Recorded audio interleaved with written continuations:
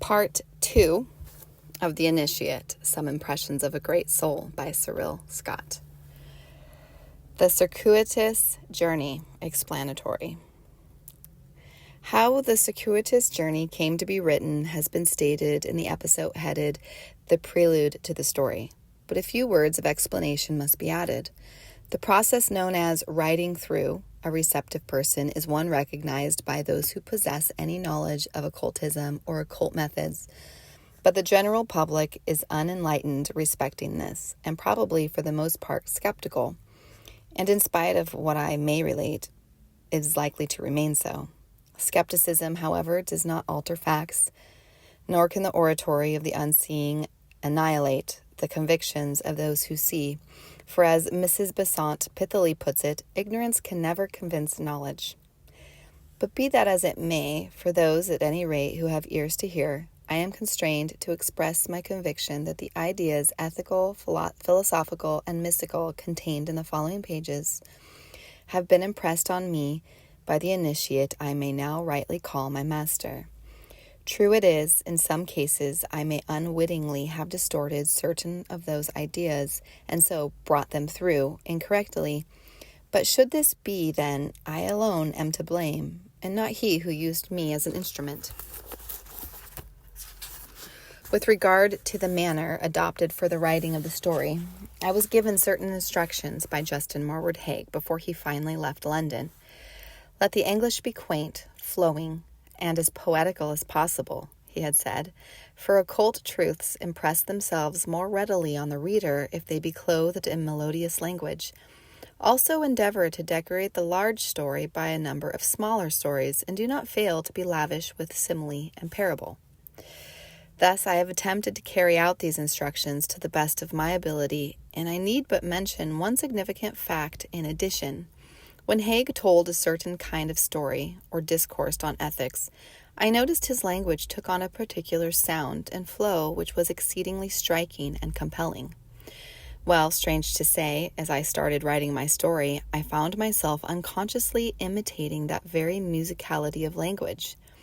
Then one day, when I was particularly conscious of Haig's presence, I mentally put the question, "Did you impress on me the style of writing as well as the ideas?"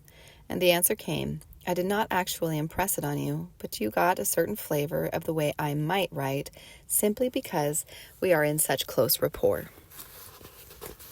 1.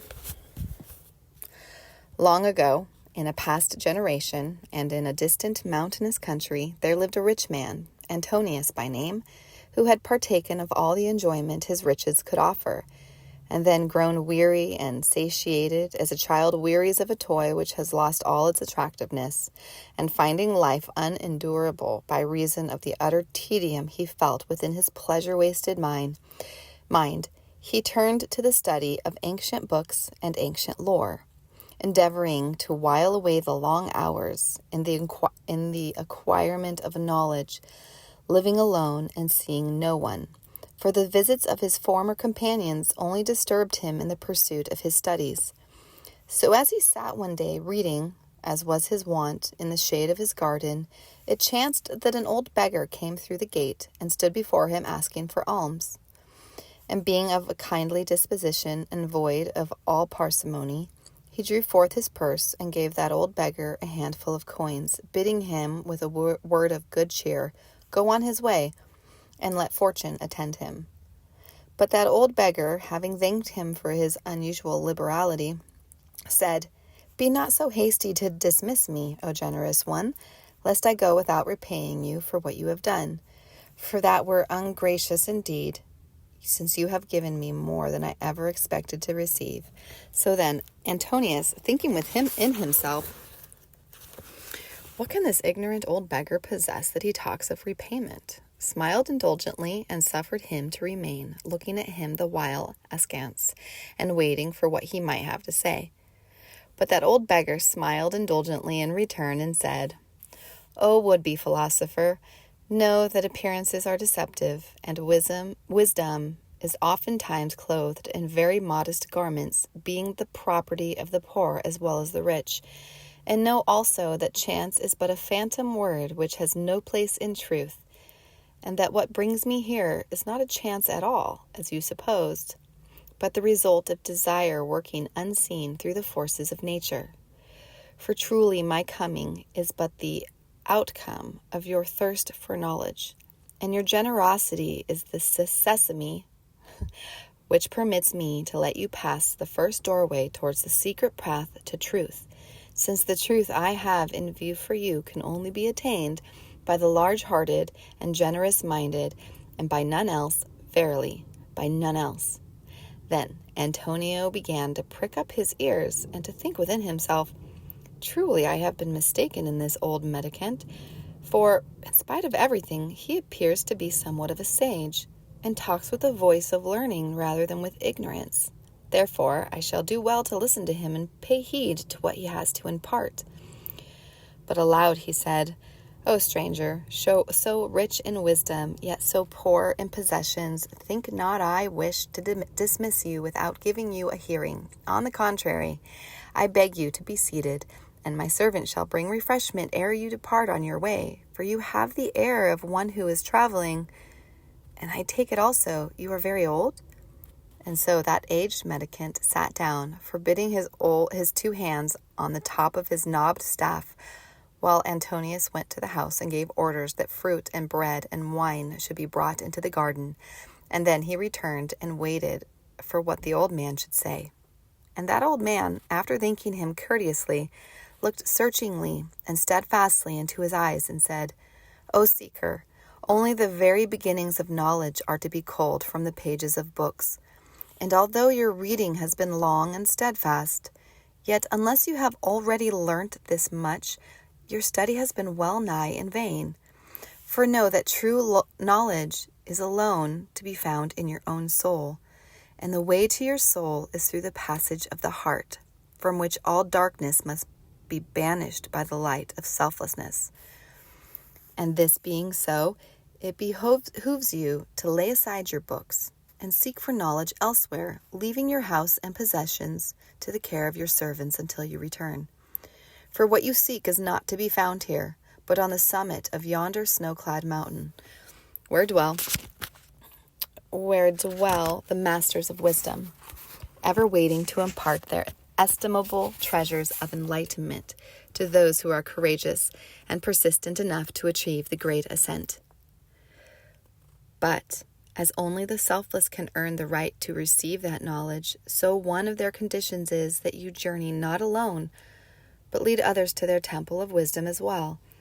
And even if they on their part should weary of the climb and retrace their steps, leaving you to pursue the remainder of the way in solitude, will the masters nevertheless receive you and give you your reward.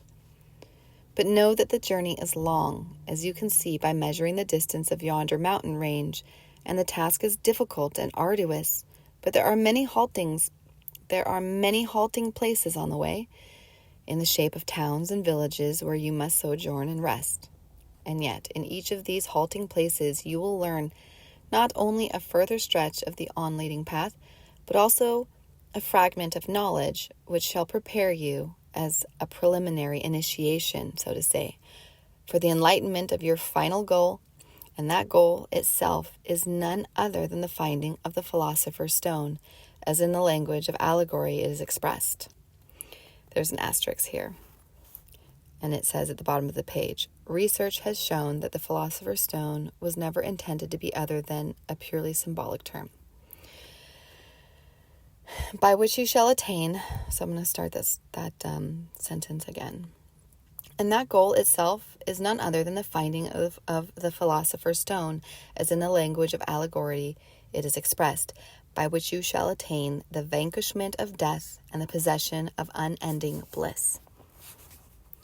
Then said Antonius, O venerable old man, although your body is emaciated with long years, your speech has retained the energy of youth, and words flow from you as a rivulet rushing swiftly to the sea of wisdom, and therefore ring true within my ears. But nevertheless, you ask the impossible in demanding that I should find others to bear me company on so long and arduous a journey. For where am I to seek for those who desire knowledge, not only strange in itself, but purchased by so strange and difficult a price?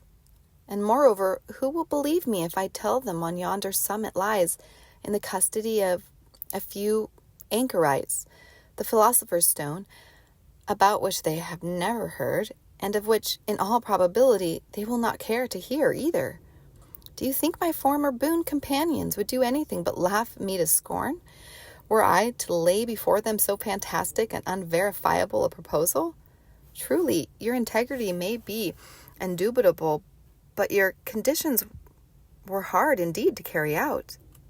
Then that old mendicant suffered the suspicion of a smile to play upon his wrinkled face, and answered, O nescient one, were the conditions the great ones imposed impossible of carrying out, either in your case or in that of another, truly would I not have come here to waste my breath in unprofitable discourse, and the telling of falsehoods. For have I not said that I came by the inexorable decrees of fate in answer to your aspirations, and not by the illusion of chance or fortuitous circumstance? Therefore, before you tell me of the impossible, take heed and hear what I have further to say. For, unbeknown to yourself, you are already a little way along the road to knowledge, and have already fulfilled unconsciously to yourself a few conditions of the great ones which hitherto I have not defined. And as he was speaking, servants emerged from the house and came across the green sward, bearing in their hands a tray laden with fruits and bread and wine. So he hesitated and waited to continue until they had gone back into the house, courteously ignoring a gesture on the part of his host that he should refresh himself with the proffered repast. Then he continued, And now I will tell you in what way you are already at a little stretch along the pathway to knowledge. For have you not wearied of your eating and drinking and your fondness for women and all the enjoyments which your riches have purchased for you? And did you not turn from them because they sickened you and cloyed your senses as a surfeit of honey sickens the palate, renouncing them all without effort, and that they no longer afforded you any delight? Then Antonius looked at the old man and answered, Truly, I have done as you say.